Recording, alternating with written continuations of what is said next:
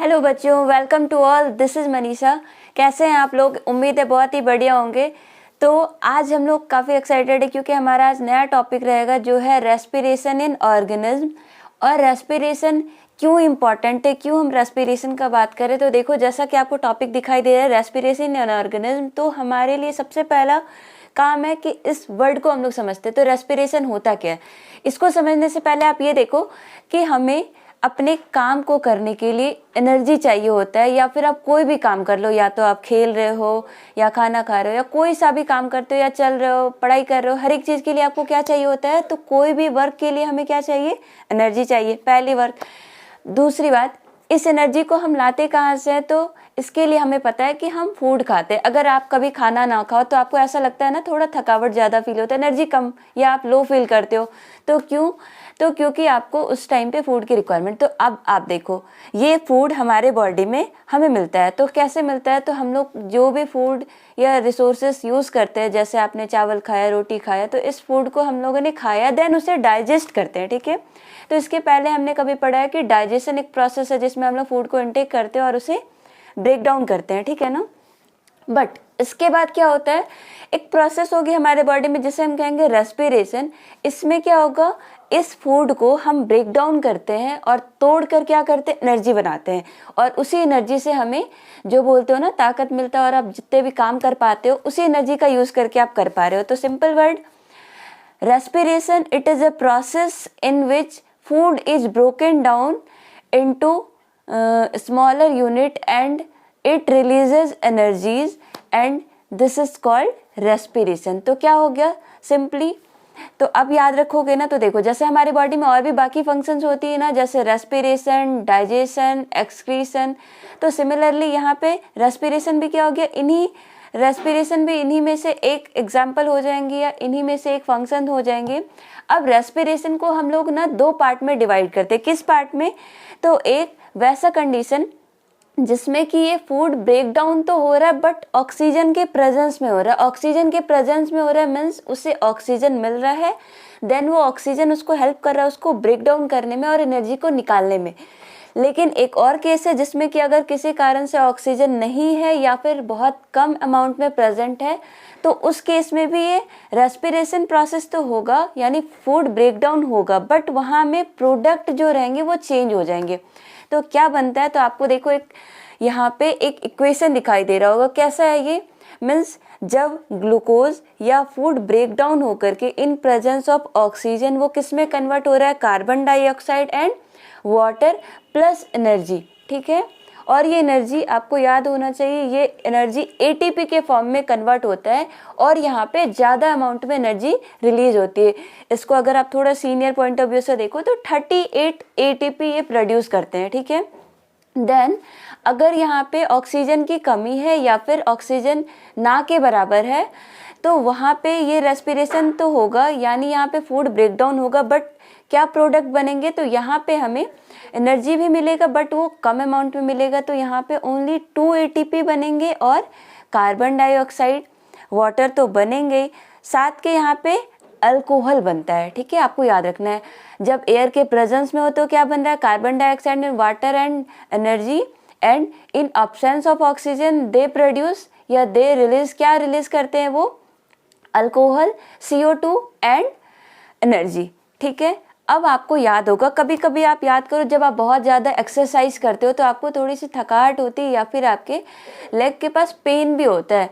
तो क्यों होता है ये, यानी एक्सरसाइज के दौरान ही ये क्यों हो रहा है? क्योंकि उस टाइम पे क्या होता है, हमारे बॉडी में लैक्टिक एसिड प्रोड्यूस हो जाता है। लैक्टिक एसिड प्रोड्यूस होने की वजह से ही ये क्या हो जाएंगे, जैसे देखो एक हमने पढ़ा जहाँ पे ऑक्सीजन के अब्सेंस में अगर ये रेस्पिरेशन होगा तो क्या हो जा रहा है, क्या प्रोडक्ट बन जा रहा है, अल्कोहल बन जा रहा है।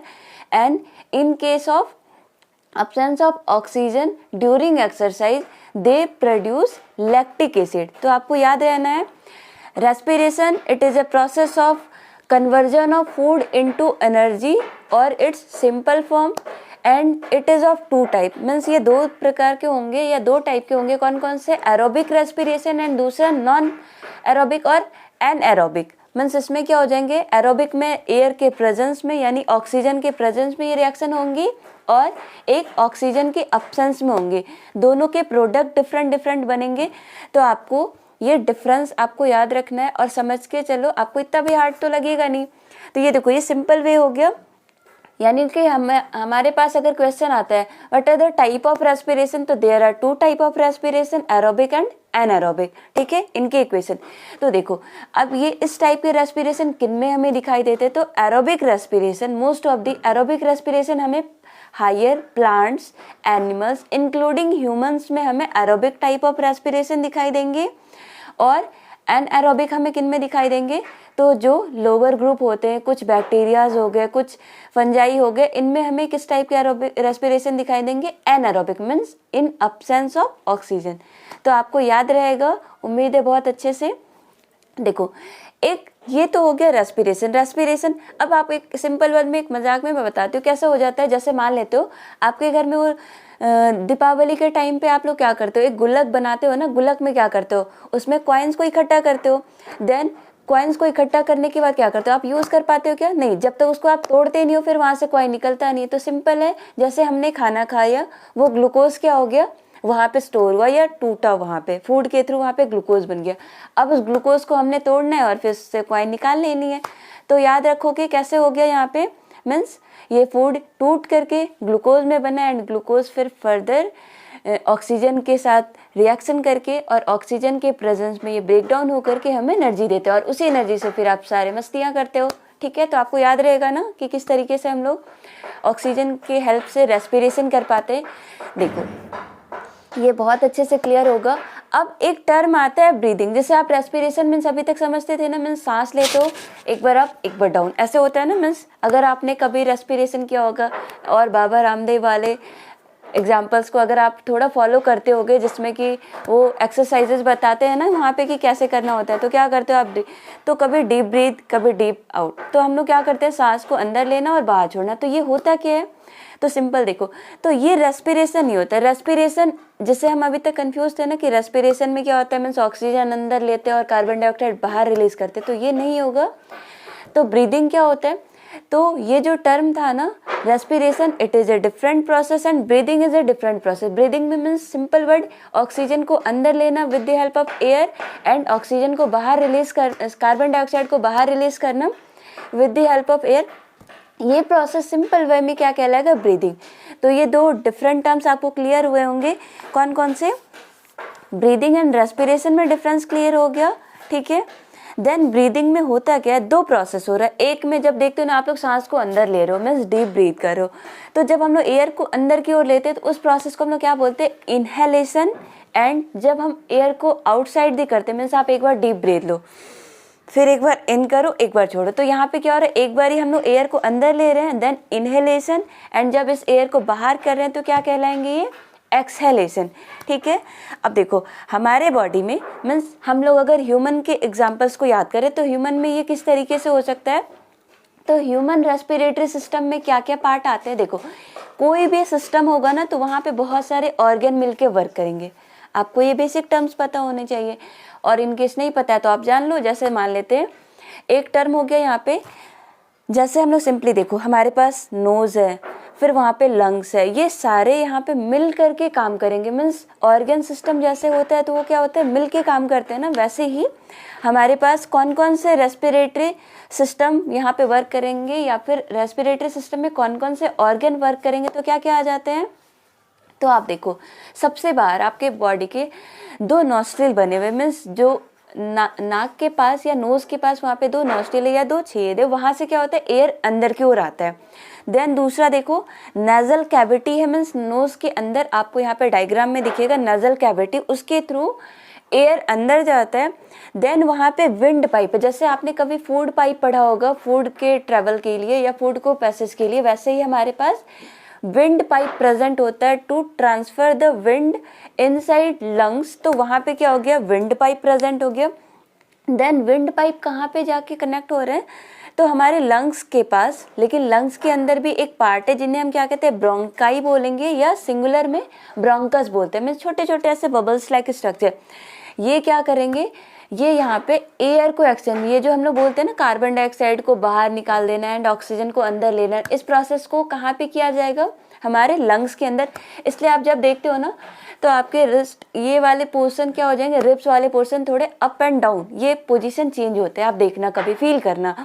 तो वहाँ पे क्या हो रहा है, मीन्स ये जो गैसेस एक्सचेंज होंगे तो ये कहाँ कहाँ पे हो रहे हैं, तो हमारे ये लंग्स के अंदर होंगे। लंग्स में यानी कौन कौन से पार्ट इन्वॉल्व है, तो आप याद करो, नॉस्ट्रिल देख सकते हो आप, नॉस्ट्रिल, नेजल कैविटी, तीसरा हो गया विंड पाइप, इसे हम ट्रैकिया भी कहते हैं, then bronchi and lastly lungs. यहाँ पे सारा काम होगा। तो रेस्पिरेटरी सिस्टम में यानी ह्यूमन रेस्पिरेटरी सिस्टम में कौन कौन से पार्ट्स आ जाएंगे, आपको बहुत अच्छे से याद रखना है।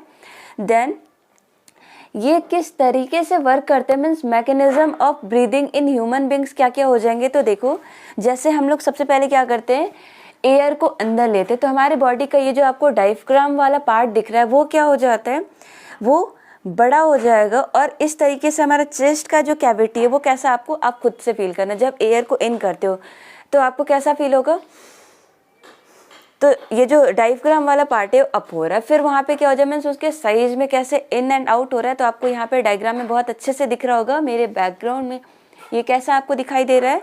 तो देखो, यानी इनहेलेशन एंड एक्सहेलेशन में क्या क्या प्रोसेस होता है, कौन कौन से स्ट्रक्चर में चेंजेज आता है। तो आप देखो, जब एयर अंदर आ रहा है तो रिब्स आपके आउटसाइड की ओर उठ रहे हैं, मीन्स वो साइज उनका बड़ा हो रहा है। देन जब ऑक्सीजन जब एयर बाहर की ओर रिलीज होता है हमारे नोस्ट्रिल से, तो हमारे रिब्स का साइज आप फील करो और मुझे कमेंट में बताना एक्चुअल में आपने क्या फील किया। जब आपने एयर को अंदर लिया तो आपका रिब का साइज मीन्स ब्रॉड दिख रहा है, बड़ा दिख रहा है या छोटा दिख रहा है। एंड दूसरा, जब आपने ऑक्सीजन को एयर को बाहर रिलीज किया, देन वहाँ पे रिब का साइज में क्या चेंजेस आ रहा है, ठीक है।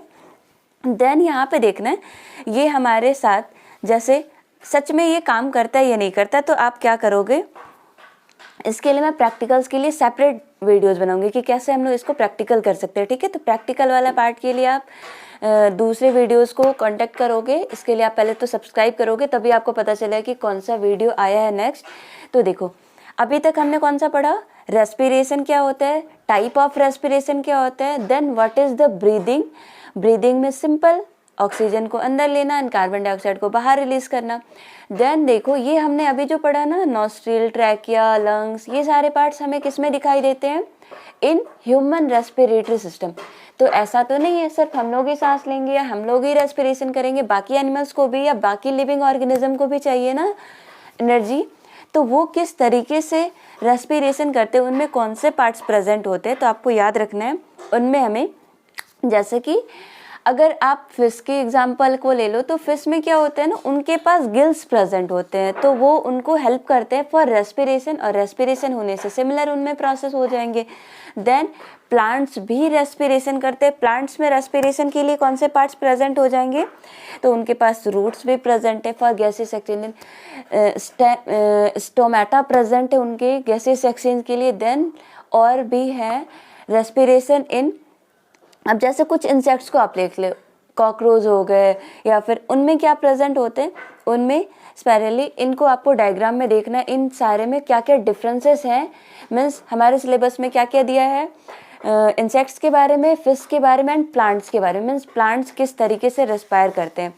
तो उम्मीद है आपको थोड़ा तो समझ में आया होगा, और छोटे छोटे पीसेस में हम लोग इनको वीडियोस के फॉर्म में एक दो एक्सपेरिमेंट के थ्रू समझेंगे, और इसको हम लोग क्या करेंगे, एक दो छोटे पार्ट्स में, जैसे हमने अभी यहाँ पे सारे को एक में पढ़ा, एक एक पार्ट को हम लोग सेपरेट कर देंगे, बट आपको थोड़ा तो समझ आया होगा। इन केस अगर आपको समझ आया तो प्लीज़ आप सब्सक्राइब करना और मुझे कमेंट में बताना कि आपको किस तरीके से वीडियो को कंटिन्यू चाहिए, मीन्स आपको डेली बेसिस पे चाहिए या फिर आपको किस तरीके का, मीन्स अगर आप मान लो कि आप क्वेश्चन आंसर्स करवाना चाहते हो या फिर आपको एनिमेटेड वीडियोस देखने, तो किस तरीके के चाहिए आप मुझे कमेंट में बताना, मैं फिर उसके अकॉर्डिंग आपके लिए वीडियोस बनाऊंगी, ठीक है। All the very best.